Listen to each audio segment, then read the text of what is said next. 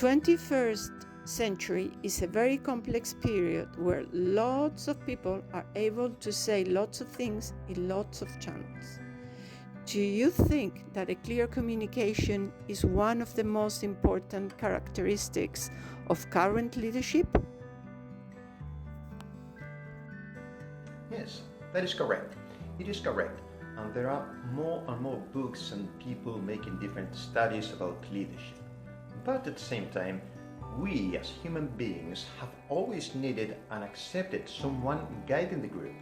We have always tried to find someone giving us the correct solution and showing us the good way, the correct path for being followed by this group.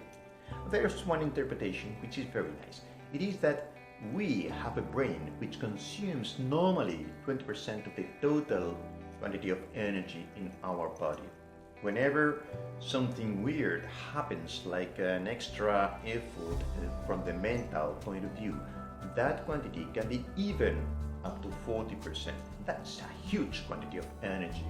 But if we save it, if we save that amount of energy, we can use it, of course, for different purposes like moving or running, escaping, or whatever. How can we save that energy? Thanks to the leader. If the leader makes the effort, if that person makes the effort of finding the solution and giving us that solution, that is great for the group. We feel safe and we save a lot of energy. Good. This group I was talking about, we've been talking about among each other for about 50,000 years. As human beings, as Homo Sapiens, we've been 50,000 years communicating among each other. Theoretically, the consequence would be that we are masters in communicating, but shockingly, that is not the situation. We are not totally aware of how to use the most important tools for communicating. Let's simplify this into three most important tools. First is grammar, knowing the grammar, the language of course, the internal rules, and then we have the voice, how we can use the voice in different tones, volume and speed, and the third one, how we can use our own body, which is communicating in a permanent way. So these three important tools are not totally controlled and mastered by most people. There's kind of a cognitive dissonance between what we believe and what we do. Because in most of the schools, in most of the theories, in most of the groups, we do know that mastering these tools is absolutely important. Communicating effectively is broadly known that it is absolutely important. But are we using the tools for being masters, using these tools? Are we making the effort? Are we showing the children in using these tools? Not very much. For that reason, there's a kind of contradiction. In these times, in this 21st century, apart from a lot of conflicts and difficult situations and challenges and threats all over, we have one specific problem which consists on a kind of chaotic communications situation.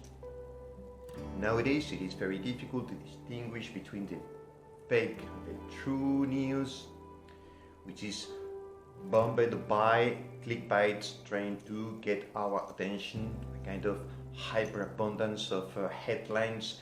We rarely know how to distinguish which one is important, which one is credible. So this chaotic information situation that we live in needs to be clarified by someone.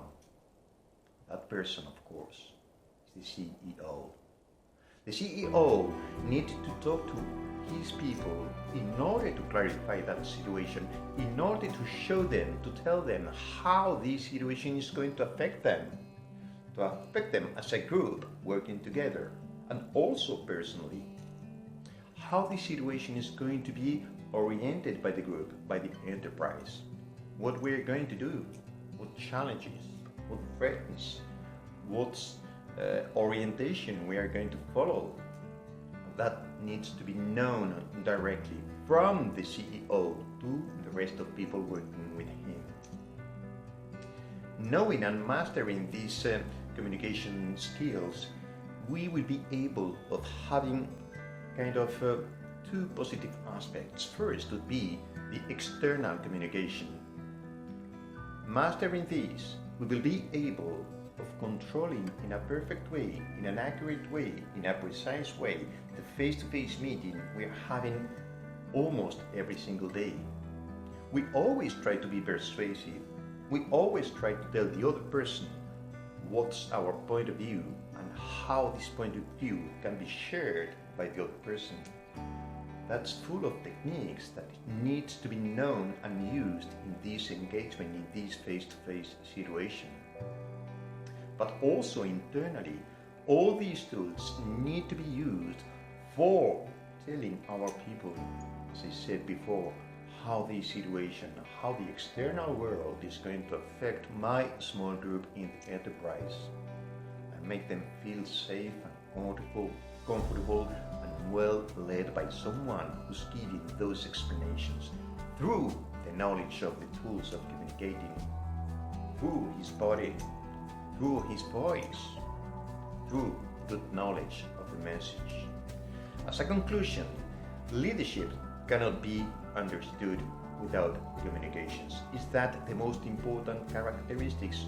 I don't know, perhaps that is too much, perhaps, but it is absolutely indispensable, and we find many people in many enterprises trying to avoid the need of communicating internally to their groups, trying to avoid how to learn to control these skills, and that is absolutely indispensable. If we don't control them, if you don't have a precise knowledge of these tools, you cannot be a good leader, that is for sure. But what you can do is to learn how to do it better, and how to influence in a more accurate people externally and internally.